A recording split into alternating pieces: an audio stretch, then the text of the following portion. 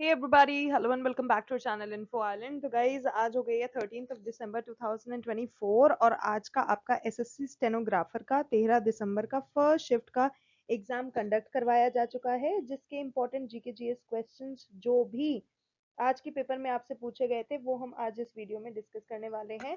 So guys video को बिल्कुल skip नहीं करना है, एंड तक पूरा देखना है, because all those questions are very important. ठीक है, अगर आपने एग्जाम दिया है तब भी देखना, so that you will come to know कि how much percent examinations have you answered correct, मतलब questions have you answered correctly.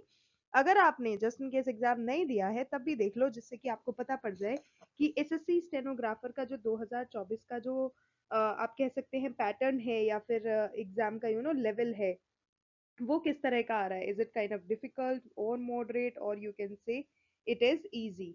ठीक है, अब यार इजी तो अपन जब ही कर सकते हैं जब अपन प्रिपेयर करेंगे, और प्रिपेयर करने के लिए क्या करना है अपन को, बहुत सारे वीडियोस देखने हैं, बहुत सारी पढ़ाई करनी है, बहुत सारी बुक्स में से बहुत सारा चीज देखना है, जीके जीएस को अच्छे से पढ़ लेना है। ठीक है, जितना भी जो भी सिलेबस है उसको 80-90% तो कम से कम कवर करना ही पड़ेगा, जिससे कि आप अपने आप को इस कैटेगरी में ला सकें कि यार 80-90 तो छोड़ो यार गाइज, वैसे तो 100% वाले घूम रहे हैं, तो गाइज 100% ही आपको तैयारी करनी पड़ेगी, जिससे कि आप अपने आप को भी देख सकें कि हाँ भाई, I am in that position where I can say that I am going to clear this exam. ठीक है, तो वैसा वाला लेवल ऑफ कॉन्फिडेंस लाने के लिए आपको क्या करना पड़ेगा, हमारे साथ ये सारे वीडियोस देखने रहेंगे और सारे ही क्वेश्चंस के आंसर करेक्टली देने रहेंगे। ठीक है, जल्दी से देख लेते हैं क्वेश्चंस, किस तरह के क्वेश्चंस पूछे गए आज के इस पेपर में। एंड वन मोर थिंग, अगर आप इस चैनल पर नए हो, चैनल को आपने सब्सक्राइब नहीं करा है, सो गाइस जल्दी से जाओ चैनल को सब्सक्राइब कर लो। नोटिफिकेशन बेल आइकन को हिट करना बिल्कुल मत भूलना। ठीक है, नोटिफिकेशन बेल आइकन हिट करते नहीं हो, फिर बोलते हो कि भाई हमें नहीं पता पड़ा कब वीडियो आके चला गया। सो नोटिफिकेशन बेल आइकन भी हिट करना है, so that you never miss any update coming from us. सही है, दैट्स ऑल अबाउट इट।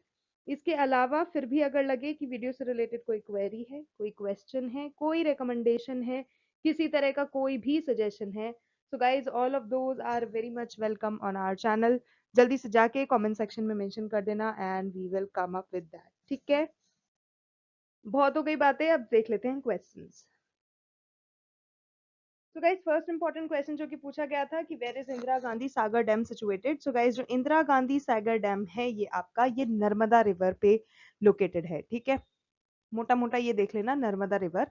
बाकी टाउन की बात करें तो town of Punasa in Khandwa district of Madhya Pradesh in India, ये पूरी डिटेल्स गिवन है, अच्छे से याद रखना। Next question, what are the causes of vitamin B three. Guys vitamin B three का साइंटिफिक नाम क्या होता है, जल्दी से मुझे कमेंट करके बता दो। I think it's niacin, right. So ये भी आपको ध्यान में रखना है, क्योंकि ये भी पूछ लिया जाता है अक्सर कि भाई कौन से विटामिन का साइंटिफिक नेम कौन सा है। तो ठीक है, सबसे पहले तो ये बात हो गई विटामिन बी थ्री, जिसको हम नियासिन भी बोलते हैं, उसकी डेफिशिएंसी से क्या होता है, तो गाइज उसकी डेफिशिएंसी होता है पेलाग्रा। तो pellagra is the correct answer. Next question, who was the army commander of Mohammad Ghori. तो जो मोहम्मद गौरी थे उनके अगर हम आर्मी कमांडर की बात करें तो इट वाज कुतुबुद्दीन ऐबक। तो Qutubuddin Aibak is the correct answer. Next question, where are rosewood trees. Rosewood trees यानी कि जो शीशम के पेड़ होते हैं ना गाइज, वो कहाँ पर पाए जाते हैं, ये पूछ लिया था आपसे। So let me just tell you, जो रोजवुड ट्रीज होते हैं, जो कि ठीक है any of several ornamental timbers के जैसे होते हैं, and they get they products of various tropical trees. ठीक है, और ये कहाँ पाए जाते हैं, सो गाइज ये रोजवुड के जो ट्रीज होते हैं ये आपके ब्राजील में पाए जाते हैं, होंडुरास में पाए जाते हैं, जमाइका में पाए जाते हैं, अफ्रीका में पाए जाते हैं, and at last of course it's India. India में भी रोजवुड के ट्रीज पाए जाते हैं। So that's it. नेक्स्ट है, what is the military exercise of the Indian navy. तो गाइज ये हो जाएगा आपका ट्रोपैक्स। जो ट्रोपैक्स TROPEX है, ट्रोपैक्स एक्सरसाइज वो होता है। और ये जो ट्रोपैक्स होता है ना, ये हर 2 साल में एक बार कंडक्ट करवाया जाता है। ठीक है, so this is conducted every once in every 2 years। और जो फर्स्ट एक्सरसाइज हुई थी इस मारी टाइम सर्वेलेंस की, इट वाज हेल्ड इन जनवरी 2019। तो ये डेट भी आपको याद रखना है। When did it happen? So it happened in January 2019, and this is the reason it is also called the largest war sport of the Indian Navy.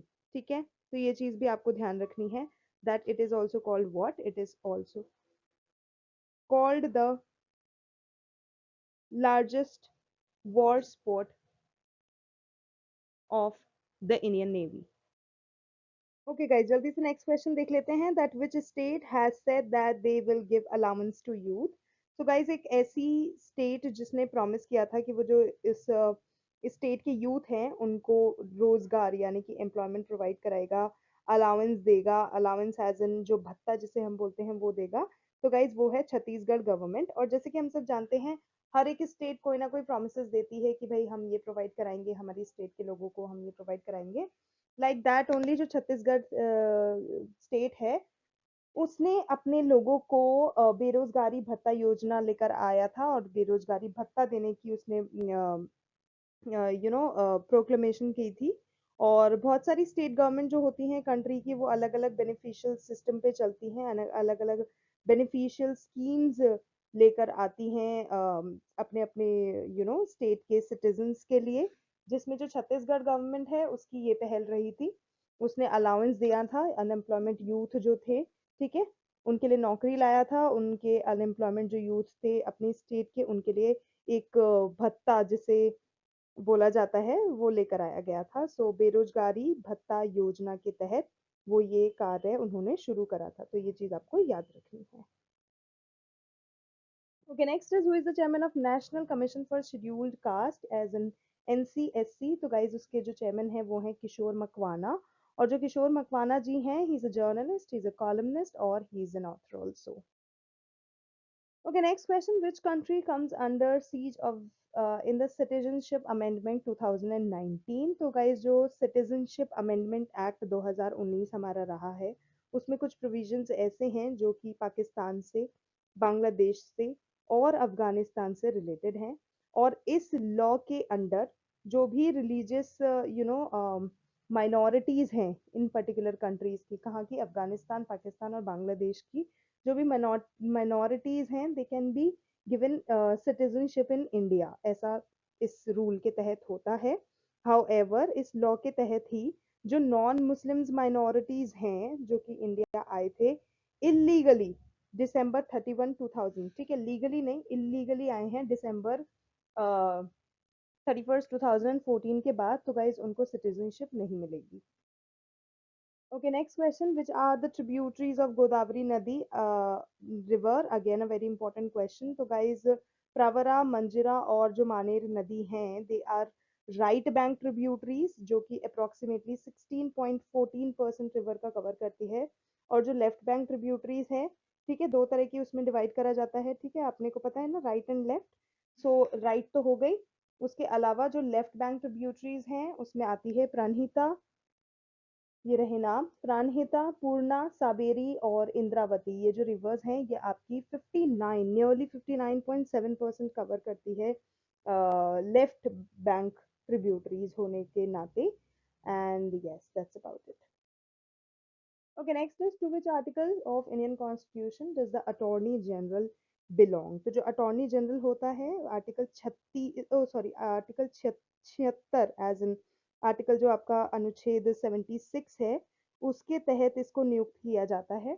और article 76 जो है वो ये भी बतलाता है कि जो अटॉर्नी जनरल है वो प्रेसिडेंट ऑफ इंडिया के द्वारा ही अपॉइंट किया जाएगा, ठीक है, उसकी नियुक्ति जो होती है वो प्रेसिडेंट के थ्रू होती है। So article 76 is the correct answer. Next question, who is the president of constituent assembly? तो guys Rajendra Prasad is the correct answer. जो डॉक्टर राजेंद्र प्रसाद हैं, he is the president of the constituent assembly of India, ठीक है, number one. और जो कॉन्स्टिट्यूएंट असेंबली है, it was formed on 6 December 1946, तो ये डेट भी याद रखना है। और जो सबसे पहली मीटिंग हुई थी कॉन्स्टिट्यूएंट असेंबली की, वो हुई थी आपकी 9 दिसंबर 1946 को। और जो डॉक्टर सचिदानंद सिन्हा है, he was elected as the temporary president of the constituent assembly. तो ये सारा चीज आपको याद रखना है because it is important. Okay, next question. Who announced the title of knighthood after the Jallianwala Bagh massacre? तो guys रविंद्रनाथ टैगोर थे जिन्होंने रिनाउंस कर दिया था नाइटहुड टाइटल को in the year 1919. So yes, 1919 में रविंद्रनाथ टैगोर ने नाइटहुड जो टाइटल था उसको रिनाउंस कर दिया था. Okay, next question. Who was the player of the match in the series that happened between India and Bangladesh? So guys, India और बांग्लादेश का ये जो सीरीज हुआ था, let me just tell you, इसमें जो विनर टीम थी, it was India. और इसी समय में at the same time इस विक्ट्री के साथ जो इंडिया थी ना, उसने क्लीन स्वीप कर दिया था बांग्लादेश को by 3-0, जो कि T20 सीरीज हुआ था उसमें. एंड ये जो थी ये इंडिया की थर्ड, आप कह सकते हैं थर्ड बिगेस्ट विन रही थी T20 मैचेस की जो हुई थी उसमें, रन्स के उसमें अगर अपन देखें तो. ठीक है, वाइल इट वाज इंडिया के बिगेस्ट विन अगेंस्ट बांग्लादेश, जिसमें जो संजू थे he was adjust player of the, हाँ उनको प्लेयर ऑफ द मैच दिया गया था इस सेंचुरी के लिए. ठीक है, प्लेयर ऑफ द मैच दिया गया था संजू को, लेकिन जो हार्दिक पांड्या थे उनको प्लेयर ऑफ द सीरीज का खिताब दिया गया था. तो ये दोनों ही याद रखना है आपको. प्लेयर ऑफ द मैच जो था वो संजू को दिया गया था, जो कि आपको पूछा है एग्जैक्टली exactly. और जो प्लेयर ऑफ द सीरीज है वो हार्दिक पांड्या को दिया गया था.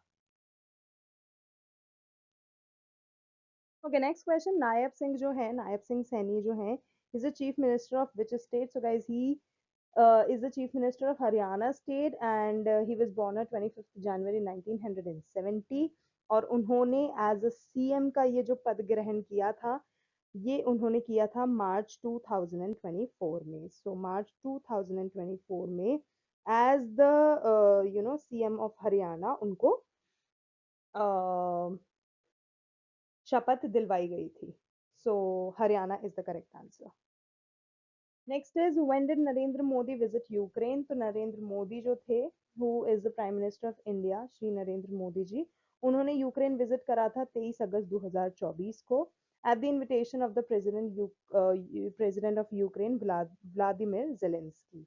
तो कब गए थे? 23 अगस्त 2024 को. और ये जो विजिट थी गाइस मोदी की, ये जो विजिट थी, it was the first visit by an Indian Prime Minister to Ukraine since the establishment of diplomatic relations. So ever since there were diplomatic relations developed between these two countries, India and Ukraine, that happened in the year 1992. उसके बाद से अभी तक साल 2024 तक कोई भी prime minister Ukraine visit नहीं किया था, but it was Modi who did it. So that is also a thing to remember, that it was Modi who did it for the first time and visited Ukraine in August 2024.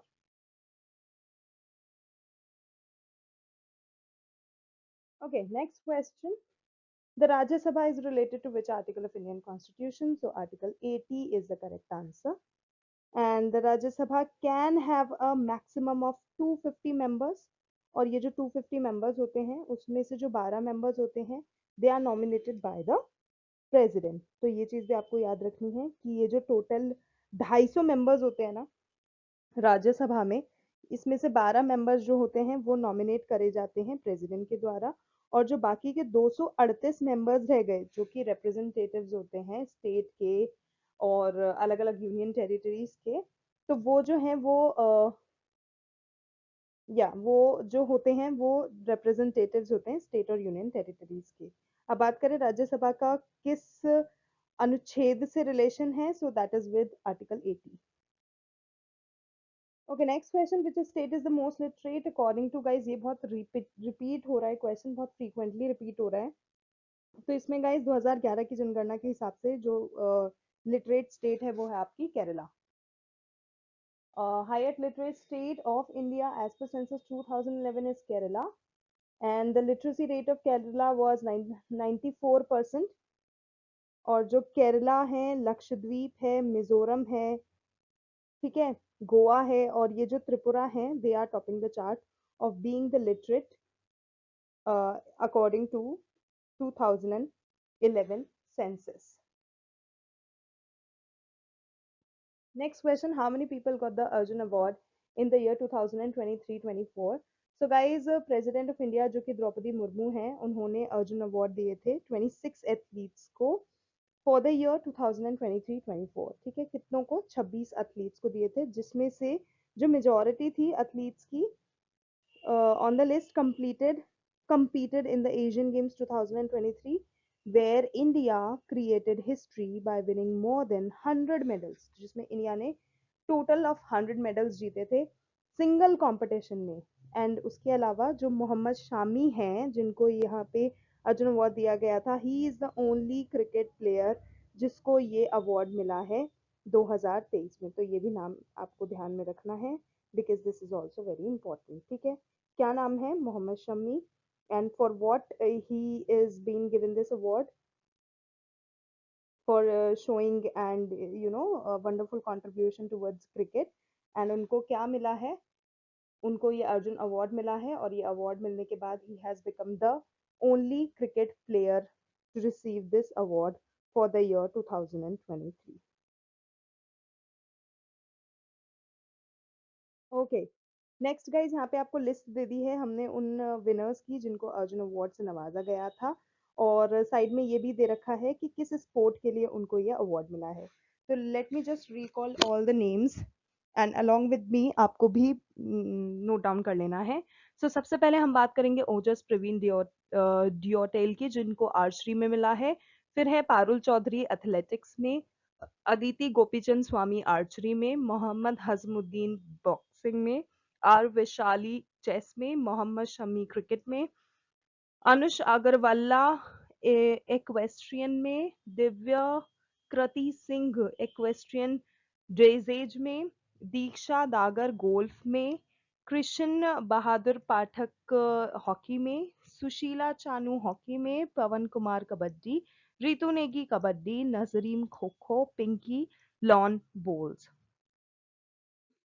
Okay, next है Aishwary Pratap Singh Tomar shooting, Esha Singh shooting, Harinder Pal Singh Sindhu squash, Ahilya Mukherjee table tennis, Sunil Kumar wrestling, Antim Panghal wrestling, Naorem Roshibina Devi wushu, Sheetal Devi para archery, Illuri Ajay Kumar Reddy in blind cricket, Prachi Yadav para canoeing, Murali Sri Shankar in athletics. So guys, these were all of those 26 names of all of those 26 athletes जिनको Arjun award से नवाजा गया है। आपको ये सारे नाम याद रखने हैं because they are very important, और इससे रिलेटेड क्वेश्चन जरूर से आपको पूछा जा चुका भी है और पूछा जाएगा भी, तो अच्छे से याद रखना।